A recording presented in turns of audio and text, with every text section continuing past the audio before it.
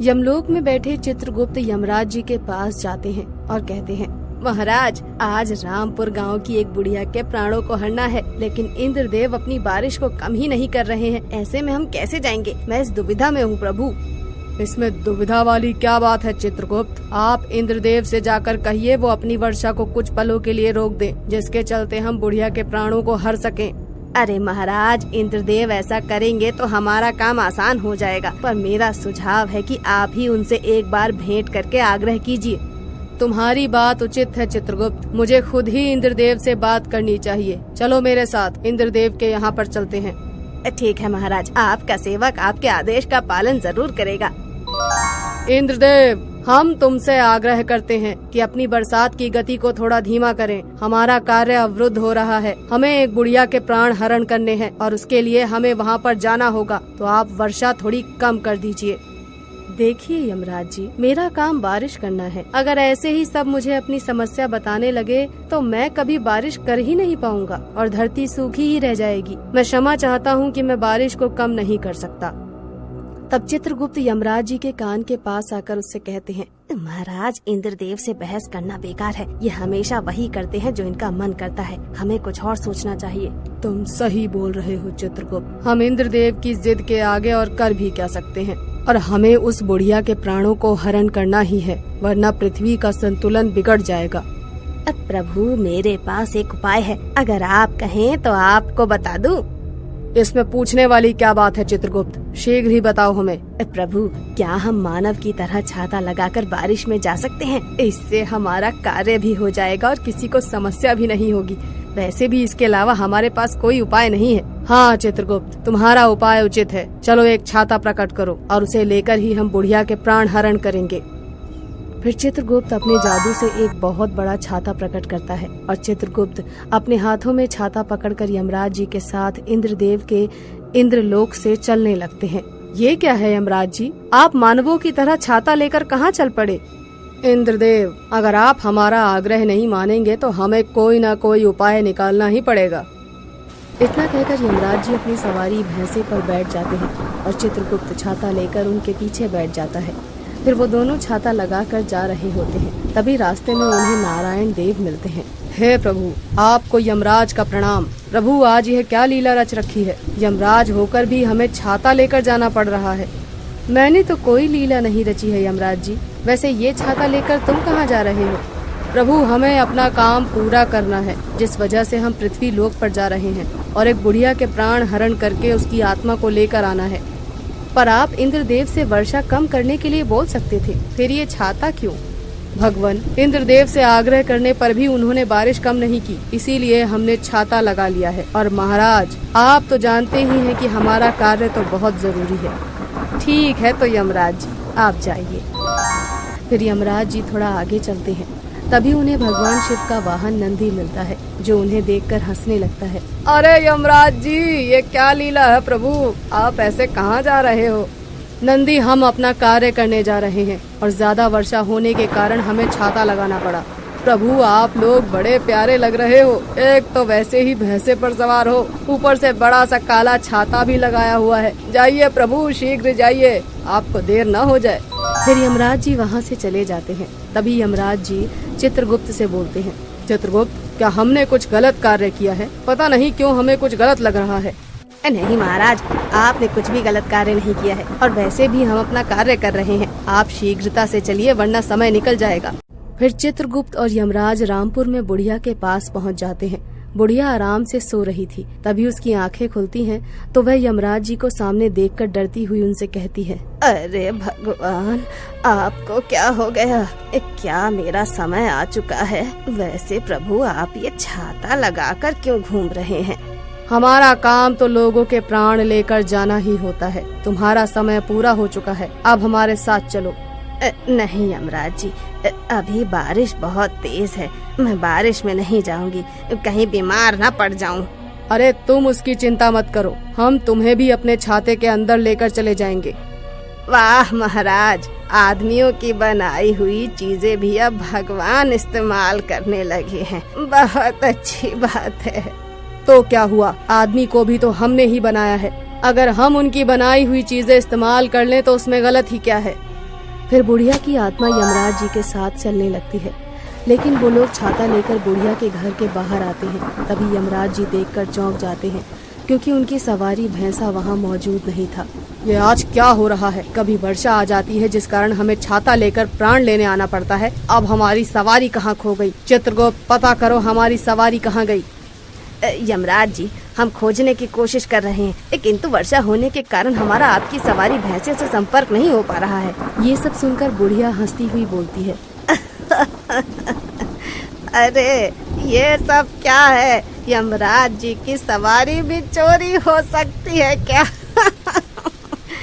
एक काम करिए यमराज जी, उसमें जीपीएस नेविगेशन लगवा दीजिए।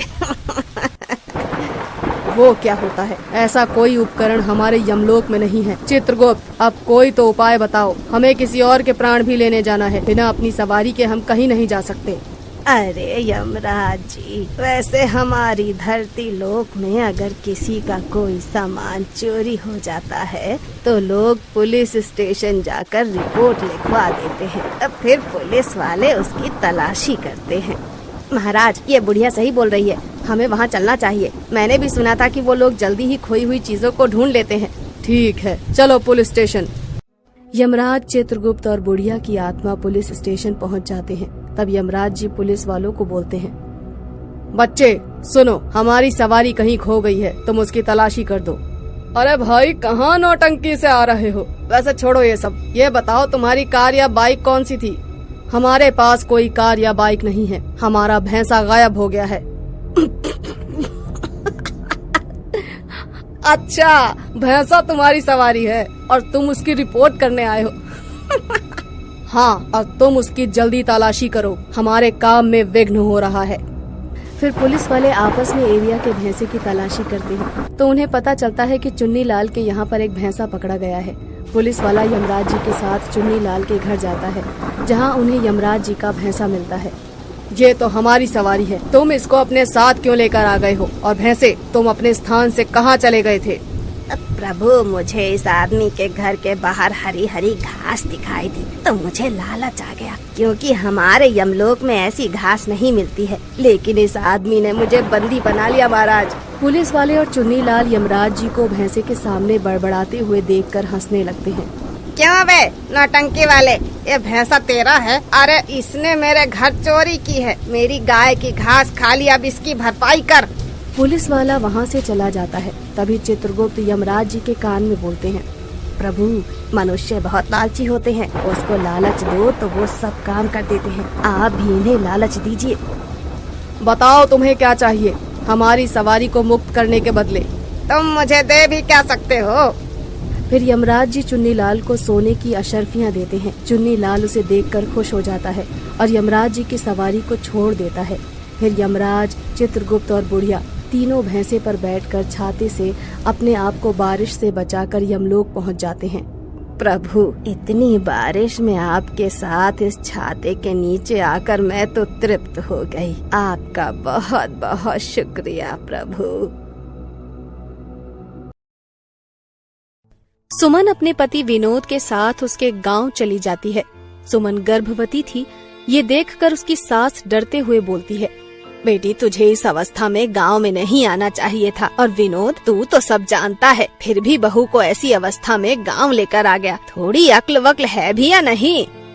माँ, मैंने तो सुमन को बहुत मना किया, पर ये है कि जिद करने लगी। फिर वहाँ इसकी देखभाल करने वाला भी तो कोई नहीं था, इसीलिए मैंने भी सोचा कि इसको आपके पास ही लेकर आ जाता हूँ। पर बेटा, माँ जी, आप इतनी डरी हुई क्यों हैं? और आप ऐसे क्यों बोल रही हैं कि हमें यहाँ नहीं आना चाहिए था? बेटा, मैं तेरी भलाई के लिए ही बोल रही हूँ, क्योंकि हमारे गांव में जो भी गर्भवती होती हैं, चुड़ैल उसके गर्भ में ही बच्चे को मार देती है। इसीलिए यहाँ कोई भी औरत माँ नहीं बन पाती। हे माता रानी, इस गांव की रक्षा करना। इस गांव पर चुड़ैल का साया है। बेटा, इस वजह से मेरी बाकी की बहुएं बिना औलाद के ही हैं। उनको कोई भी औलाद नहीं हुई है। वो गर्भवती तो होती हैं, लेकिन चुड़ैल उनके बच्चों को गर्भ में ही मार देती है।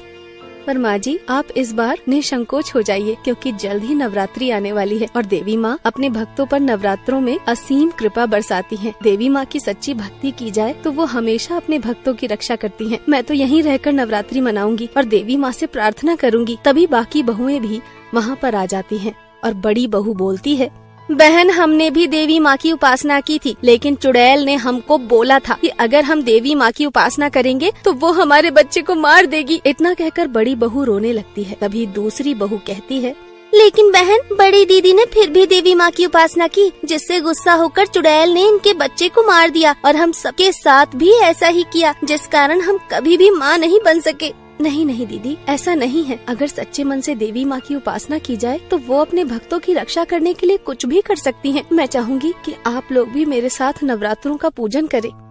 ठीक है, तुम्हारे कहने पर हम देवी माँ की भक्ति करने को तैयार हैं। हम भी देखना चाहते हैं कि तुम्हारी भक्ति में कितनी शक्ति है, क्योंकि सासू माँ ने हमें बताया है कि तुम दुर्गा माँ की बहुत बड़ी भक्त हो और तुम्हारे ऊपर उनकी असीम कृपा है। हाँ, ये बात तो सच है। मेरे काम में जब भी बाधा आती है तो मैं सुमन को बताता हूँ। सुमन कहती है कि देवी माँ सब कुछ सही कर देंगी और मेरा काम भी बन जाता है। सच में मुझे पत्नी के रूप में एक देवी मिली है जिस पर दुर्गा की असीम कृपा है और जो देवी माँ की बहुत बड़ी भक्त है। ये सुनकर बाकी बहुएं भी खुश हो जाती हैं और अगले दिन से सुमन के साथ सब बहुएं नवरात्रों के व्रत रखती हैं। नवरात्रों के व्रत के पहले दिन ही चुड़ैल सुमन के घर के सामने पेड़ पर बैठी थी। तभी उसकी नजर सुमन पर पड़ती है। अरे वाह, एक और गर्भवती औरत, पर ये मेरी नजरों से बच कैसे गई। चलो जो भी है, इसके बच्चे को तो मुझे अपना शिकार बनाना ही होगा। फिर चुड़ैल चोरी चोरी सुमन पर नजर रखती है और नवरात्रि के आखिरी दिन सुमन की सास उससे बोलती है, बेटे हमारे घर में कोई भी बच्चा नहीं है, जिस वजह से कोई भी दूसरे गांव वाला हमारे घर में अपने बच्चों को नहीं भेजेगा। मुझे नहीं लगता कि आज भी कोई हमारे घर में अपनी कन्याओं को आने देंगे। हाँ सुमन, माँ जी बिल्कुल सही बोल रही हैं। हम एक काम करते हैं, गाय को ही खाना खिलाकर उद्यापन कर लेते हैं। हाँ सुमन, बड़ी बहू बिल्कुल सही बोल रही है। वैसे तो मैं नहीं चाहूँगी कि तुम ये व्रत रखो, क्योंकि चुड़ैल क्रोधित हो जाती है और गर्भ में पल रहे बच्चे को मार देती है। लेकिन जब तुमने मेरी बात नहीं मानी तो कम से कम ये बात तो तुम्हें माननी ही पड़ेगी बेटा। नहीं माँ जी, ऐसा कुछ भी नहीं है। आप देख लेना, हमारे घर कंजक भी आएंगी और भोजन भी ग्रहण करेंगी। देवी माँ सब कुछ सही कर देंगी। ठीक है, अगर तू जिद करती है तो कुछ देर में कंजक का इंतजार कर लेती हूँ, लेकिन अगर कुछ देर में कोई कंजक नहीं आई तो मेरी बात मान लेना। ठीक है माँ जी, पर मुझे पता है मेरी माँ मेरा साथ जरूर देंगी और कोई न कोई कंजक हमारे घर जरूर आएगी। फिर सास बहू सब मिलकर देवी माँ की उपासना करती हैं। फिर सास अपनी बहू के लिए गाँव के घरों में कंजक ढूंढने जाती है और सबको कहती है, अगर आपको कोई कंजक मिले तो हमारे घर में जरूर भेज देना, मेरी बहू ने व्रत रखा हुआ है। इतना कहकर सास दूसरे घर में जाकर कहती, बहन जी अगर आपके घर में कोई कंजक आई हो तो हमारे घर भेज देना, मेरी बहुओं ने व्रत रखा था। अरे कैसी बात करती हो बहन जी, जब से इस गांव पर चुड़ैल की बुरी नजर पड़ी है तब से कोई भी रिश्तेदार अपनी बेटी को हमारे गांव में नहीं भेजता। सुमन की सास ये सुनकर बहुत उदास हो जाती है और वो जितने भी घर जाती है उसे यही सुनने को मिलता है। तो वो अपने घर के बरामदे में लगे पेड़ के पास खड़ी होकर अपनी बहू को सब बता देती है। सुमन ये सुनकर रोने लगती है और देवी माँ के सामने जाकर कहती है, माँ ये कैसा गांव है, यहाँ कोई भी अपनी लड़कियों को जीवने के लिए नहीं भेज रहा। मेरा उद्यापन कैसे होगा माँ? बेटा तुम चिंता मत करो, माता रानी सब सही कर देंगी। उन दोनों की ये बात पेड़ पर बैठी चुड़ैल सुन रही होती है तो वो बोलती है, तो कुछ भी कर ले, पर तेरा ये उद्यापन इस जीवन में मैं कभी भी पूरा नहीं होने दूंगी। मैं तेरे गर्भ में पल रहे इस बच्चे को खा जाऊंगी। तू अब देखना तेरे साथ क्या होता है।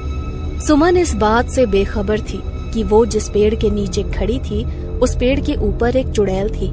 फिर चुड़ैल कंजक का वेश बनाकर अपने साथियों को सुमन के घर लेकर जाती है और सुमन से कहती है, आपने हमें बुलाया था, इसीलिए हम कन्या जीवने आपके घर आ गए हैं। सुमन कंजक को देखकर बहुत खुश होती है, पर फिर वो उन्हें बोलती है, पर गांव के सभी लोगों ने तो मना कर दिया था कि वो अपनी कन्याओं को हमारे घर नहीं भेजेंगे, फिर तुम कैसे आ गई हो?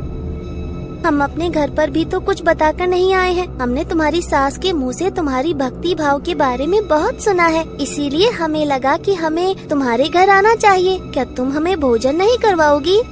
क्यों नहीं, आप लोग हमारे घर आए हैं और मैंने माता रानी के पूरे नवरात्रि के व्रत रखे हैं, तो उनका प्रसाद बनाया है, आप उसको ग्रहण कीजिए और मेरा व्रत पूर्ण कीजिए। आइए, अंदर आइए।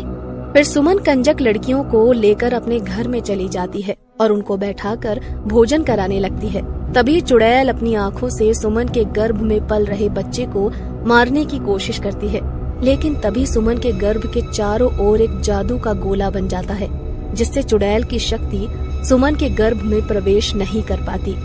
ये क्या हुआ? ये कैसी माया है? मेरी शक्ति इसके गर्भ में क्यों नहीं जा रही? आज तक तो ऐसा बिल्कुल नहीं हुआ, फिर आज कैसे मेरी शक्ति कमजोर पड़ गई? फिर चुड़ैल क्रोधित हो जाती है और अपने असली रूप में आ जाती है और चुड़ैल का डरावना रूप देखकर सब घर वाले डर जाते हैं। तभी चुड़ैल गुस्से में बोलती है, मैंने सोचा था कि तेरे इस बच्चे को कंजक के रूप में मार दूंगी, लेकिन लगता है तेरे गर्भ में पल रहे बच्चे को मार पाना इतना आसान नहीं है, इसीलिए मुझे अपने असली रूप में आना पड़ा। अब मैं तेरे गर्भ को खत्म कर दूंगी। इतना कहकर चुड़ैल अपने हाथ में एक छुरा उठा लेती है और सुमन के गर्भ पर वार करने लगती है, लेकिन जैसे ही वो मारने वाली होती है उसका हाथ वहीं रुक जाता है। ये देखकर चुड़ैल घबरा जाती है और फिर दोबारा से कोशिश करती है, लेकिन इस बार भी वो सफल नहीं हो पाती। चुड़ैल, देवी माँ मेरे गर्भ की रक्षा खुद कर रही है, तो तू मेरा कुछ नहीं बिगाड़ पाएगी और अपने इरादे बदल दे, वरना देवी माँ तुम्हारा भी अंत कर देंगी। इतना भरोसा है तुझे अपनी देवी माँ पर, तो मैं पहले तुझे ही खत्म कर देती हूँ। फिर चुड़ैल सुमन का गला पकड़ लेती है और उसको दबाने लगती है। धीरे धीरे सुमन का दम घुटने लगता है। तभी सुमन दर्द से तड़पते हुए बोलती है, माता रानी मेरी रक्षा करो, माँ मेरी रक्षा करो, मेरे बच्चे को बचा लो। तभी वहाँ पर इतनी तेज रोशनी चमकती है कि किसी को कुछ भी दिखाई नहीं देता। ये कैसी रोशनी है? इससे तो मेरी आंखें खुल ही नहीं पा रही हैं। तभी रोशनी थोड़ी कम होती है और सब देखकर चौंक जाते हैं कि माता रानी वहाँ खुद प्रकट हो जाती हैं और गुस्से से चुड़ैल को कहती हैं, दुष्ट चुड़ैल, आज तक तूने इतने बच्चे को उनकी माँ के गर्भ में मार दिया, वही आज तू सुमन के बच्चे के साथ करने वाली थी, पर इस बार तेरी किस्मत खराब थी, क्योंकि सुमन मेरी परभक्त है और मेरे होते हुए इसके बच्चे को कुछ नहीं होगा। अच्छा देवी, तो ये सब तुम कर रही थी? मेरे रास्ते से हट जाओ, वरना मजबूरन मुझे युद्ध करना होगा। माता रानी की आंखें गुस्से से लाल हो जाती हैं और वो अपने त्रिशूल से चुड़ैल का हाथ काट देती है। ये देखकर चुड़ैल क्रोधित हो जाती है और देवी माँ पर ही हमला कर देती है। अब बहुत हुआ तेरा आतंक चुड़ैल, अब तक मैंने तुझे सुधरने का मौका दिया था, लेकिन तू काबिल नहीं है। इतना कहते ही देवी अपने नेत्रों से चुड़ैल को भस्म कर देती है। पास में खड़ी सुमन और उसका परिवार माता के चरणों में गिर जाता है। तभी सुमन कहती है, माँ जी देखा, मैंने कहा था ना कि देवी माँ अपने भक्तों की रक्षा स्वयं करती है। आज माँ ने मेरे गर्भ को बचाकर फिर से भक्ति की शक्ति का एहसास करवा दिया। माता रानी, जय हो माता रानी। माता रानी सुमन को उठाते हुए बोलती है, बेटा सुमन, तुम्हारी भक्ति में इतनी शक्ति थी कि मुझे स्वयं ही आना पड़ा, और जब जब कोई भी व्यक्ति सच्चे मन से मेरे नवरात्रि के व्रत करेगा, उसकी मनोकामना अवश्य पूर्ण होगी। इतना कहते ही देवी माँ विलुप्त हो जाती हैं और उस दिन के बाद से लोगों में देवी माँ के प्रति विश्वास और ज्यादा बढ़ जाता है और पूरी श्रद्धा से हर साल नवरात्रि में माँ का अच्छे से उद्यापन करते हैं। और फिर कुछ समय बाद सुमन के घर में लक्ष्मी पैदा हो जाती है।